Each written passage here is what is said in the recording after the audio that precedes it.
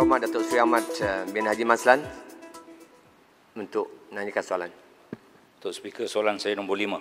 Sila Menteri untuk menjawabnya. Terima kasih Datuk Yang di-Pertua. Terima kasih Puan Tian. Kerajaan komited dalam melaksanakan dasar meningkatkan kedudukan sosioekonomi Bumiputera tanpa meminggirkan kepentingan rakyat Malaysia yang lain bagi memastikan pembangunan yang lebih seimbang dan adil. Seperti Yang Amat sedia maklum, mulai tahun 71, dasar ekonomi baru telah memberi penekanan pada strategi serampang dua mata iaitu membasmi kemiskinan tanpa mengira kaum dan menyusun semula masyarakat bagi merapatkan jurang ekonomi di kalangan rakyat Malaysia. Semangat DEB ini diteruskan di bawah dasar selepasnya, termasuklah dasar pembangunan nasional, dasar wawasan negara dan model ekonomi baru. Datuk Yang di-Pertua, bagi menjawab soalan Yang Amat seterusnya, saya akan simpulkan 10 perancangan utama yang dipohon oleh Yang Amat Puan Tian dalam meningkatkan pendapatan Bumiputera dan tambah pendapatan golongan menengah kepada 5 perkara berikut. Yang pertama, kerajaan sudah menubuhkan Majlis Kemakmuran Bersama Bumiputera yang akan dikursikan oleh Yang Amat Perdana Menteri bagi menetapkan hala tuju pembangunan sosioekonomi Bumiputera di bawah Wawasan Kemakmuran Bersama 2030. Yang kedua, memperkukuhkan institusi yang ditubuhkan untuk membantu Bumiputera supaya mara, teraju dan tekun melalui tadbir urus yang lebih baik dan berfokus. Ketiga, terus memberi penekanan kepada usaha-usaha meningkatkan pencapaian Bumiputera dalam bidang pendidikan melalui institusi seperti MARA, UiTM dan Yayasan Peneraju Pendidikan Bumiputera.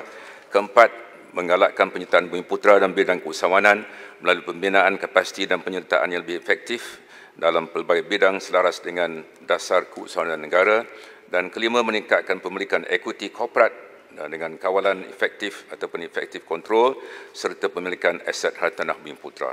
Datuk Yang di-Pertua, mengikut survei pendapatan dan perbelanjaan isi rumah dan kemudian asas 2019 yang diterbitkan oleh Jabatan Perangkat Malaysia pada awal Julai 2020, pencapaian Bumiputera berbanding bukan Bumiputera secara relatif masih rendah. Umpamanya, pendapatan bulanan purata isi rumah Bumiputera tahun lalu adalah RM7,093 berbanding China sebanyak RM9,895 dan India sebanyak RM8,216. Mengenai penyertaan Bumiputera dan PKS, sejumlah lebih 900,000 PKS, pemilikan milik PKS milik Bumiputera ialah 39%, dan mereka terlibat dalam aktiviti tradisional dalam sektor bernilai tambah yang rendah, manakala pemilikan ekuiti Bumiputera dalam sektor korporat dianggarkan 16.2%. Datuk Yang di-Pertua bagi menjawab bahagian 2 soalan Yang Amat Puan Tian, rancangan Malaysia ke-12 masih belum dimuktamadkan. Dalam rangka rancangan ini, kerajaan akan meneruskan dasar-dasar sebelum ini yang didapati berkesan. Selain itu, tumpuan juga akan diberikan pada usaha-usaha untuk meningkatkan pemilikan Bumiputera dalam bidang hartanah komersial, bidang-bidang baru seperti digital dan teknologi tinggi. Datuk Yang di-Pertua, selain itu, kerajaan akan menggandakan usaha-usaha bagi mengurangkan kadar kemiskinan tanpa mengira kaum. Terima kasih. Terima kasih Menteri. Soalan tambahan pertama, sila Puan Tian, 30 saat. Terima kasih Yang Berhormat Menteri atas jawapan. Saya kira yang antara yang terpenting ialah untuk meningkatkan peratusan keusahawanan, peratusan berpendidikan tinggi dan juga berkemahiran tinggi. Saya ingin bertanya pada Menteri, berapa anggaran Bumiputera dalam bidang keusahawanan, anggaran Bumiputera, peratusan dalam pendidikan tinggi dan peratusan dalam kemahiran tinggi.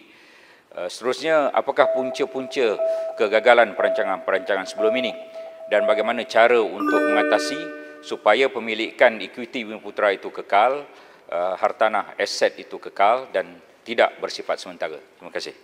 Sila Menteri, 1 minit. Datuk Yang di-Pertua, terima kasih Puan Tian. Mengenai penyertaan Bumiputera berpendidikan tinggi dalam keusahawanan, ada satu kajian yang dibuat oleh Universiti Malaysia Kelantan umpamanya. Graduan-graduan yang bergraduat dari universiti tersebut sekitar 10% menyertai bidang keusahawanan. Ini contohlah untuk makluman Yang Berhormat, dan hasrat kita untuk tambahkan bidang tersebut di masa akan datang. Terdapat beberapa usahawan yang unggul yang datang daripada pelbagai universiti termasuk UiTM dan lain-lain. Berkaitan dengan punca kegagalan, yang pertamanya kita harus sedar bahawa ada juga yang berjaya. Ramai juga berjaya, tetapi seperti sebut Puan Tian, mereka mungkin gagal untuk mempertahankan kejayaannya buat waktu tertentu. dalam bidang pembinaan umpamanya, ada di antara mereka dalam G7 iaitu kontraktor yang paling besar kategorinya, berjaya, tapi ada juga yang kecundang. Jadi faktornya banyak. Ini telah menjadi bahan kajian oleh pelbagai pihak dan adalah menjadi hasrat kerajaan untuk memastikan usaha Bumiputera punya daya tahan supaya mampu mempertahankan kerjaan mereka, dan tidak lain tidak bukan kita perlu bina daya ketahanan mereka, memberi dorongan kepada mereka dan juga mungkin mengurangkan pergantungan kepada kerajaan. Inilah salah satu daripada usaha yang telah dilakukan, dan dalam rancangan Malaysia ke-12 dan seterusnya, kerajaan akan meneruskan usaha untuk memastikan bahawa daya tahan usaha Bumiputera yang dapat ditingkatkan. Terima kasih, Datuk. Terima kasih Menteri. Soalan tambahan kedua, Yang Berhormat Pak Dickson. Terima kasih. Sementara kita menyokong beberapa langkah tambahan untuk membantu Bumiputera, terutama di kalangan yang lebih miskin, apakah wajar menurut pandangan Menteri kita mulakan dengan membuat penilaian berapa puluh bilion ringgit nilai saham Bumiputera yang dibelanjakan dan yang dianggap bocor kerana diserahkan kepada beberapa Bumiputera yang tidak bertanggungjawab.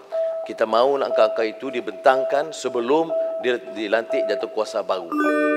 Keduanya, kita juga tahu tanah-tanah milik Bumiputera, tanah reserve Melayu yang kehilangan tidak perlu diganti. Walaupun ini urusan kerajaan-kerajaan negeri, tapi harus ini juga melibatkan pemilikan tanah strategik oleh Bumiputera. Jadi saya minta penjelasan dari Menteri dan jaminan kajian, kerana membentuk jatuhkuasa baru tidak akan bermakna kalau kehilangan puluh bilion saham sebelumnya ini tidak dikenal pasti. Terima kasih Pak Dickson. Sila Menteri. Terima kasih Datuk Yang Betul. Ini yang Pak Dickson pernah sikit lah soalan ini. Terima kasih banyak. Yang tentang bocor-bocor ni perkara yang memang lazim lah, kita sedia maklum. Bocor kontrak saham yang disebut oleh Pak Dickson, tanah tadi yang Pak Dickson mengusulkan supaya dibuat kajian. Kajian-kajian telah dibuat dan angka-angka pun mungkin ada. Dan hakikatnya kalau diberikan saham, ada yang menjual. Cumanya sekarang ni saham tak berapa laku lah, kalaupun beli saham tak ramai. Satu masa dahulu, semasa Pak Dickson Menteri Kewangan, saya timbalan Pak Dickson dahulu. Masa itu memanglah banyak saham-saham dikeluarkan dan laris dan dijual dalam mungkin 3-4 hari. Jadi terima kasih atas cadangan. Yang kedua, berkaitan tanah, ini juga sudah menjadi bahan kajian oleh tokoh-tokoh akademik. 2-3 orang yang memang pakar dalam hal ini. Isunya penggantian. Penggantian ini satu perkara yang diusulkan oleh ramai Bumiputera dan kita mandang serius soalan tersebut. InsyaAllah kita akan cuba sebaik mungkin untuk menangani isu-isu yang dibangkitkan oleh Yang Berhormat Pak Dickson. Terima kasih. Terima kasih Menteri. Saya menjurus kepada penyerahan saham kepada tokoh-tokoh Bumiputera tertentu yang mendapat ratusan juta nilai saham. Baik. Itu mesti dijawab. Terima kasih Pak Dickson. Pertanyaan jawab lisan seterusnya saya menjemput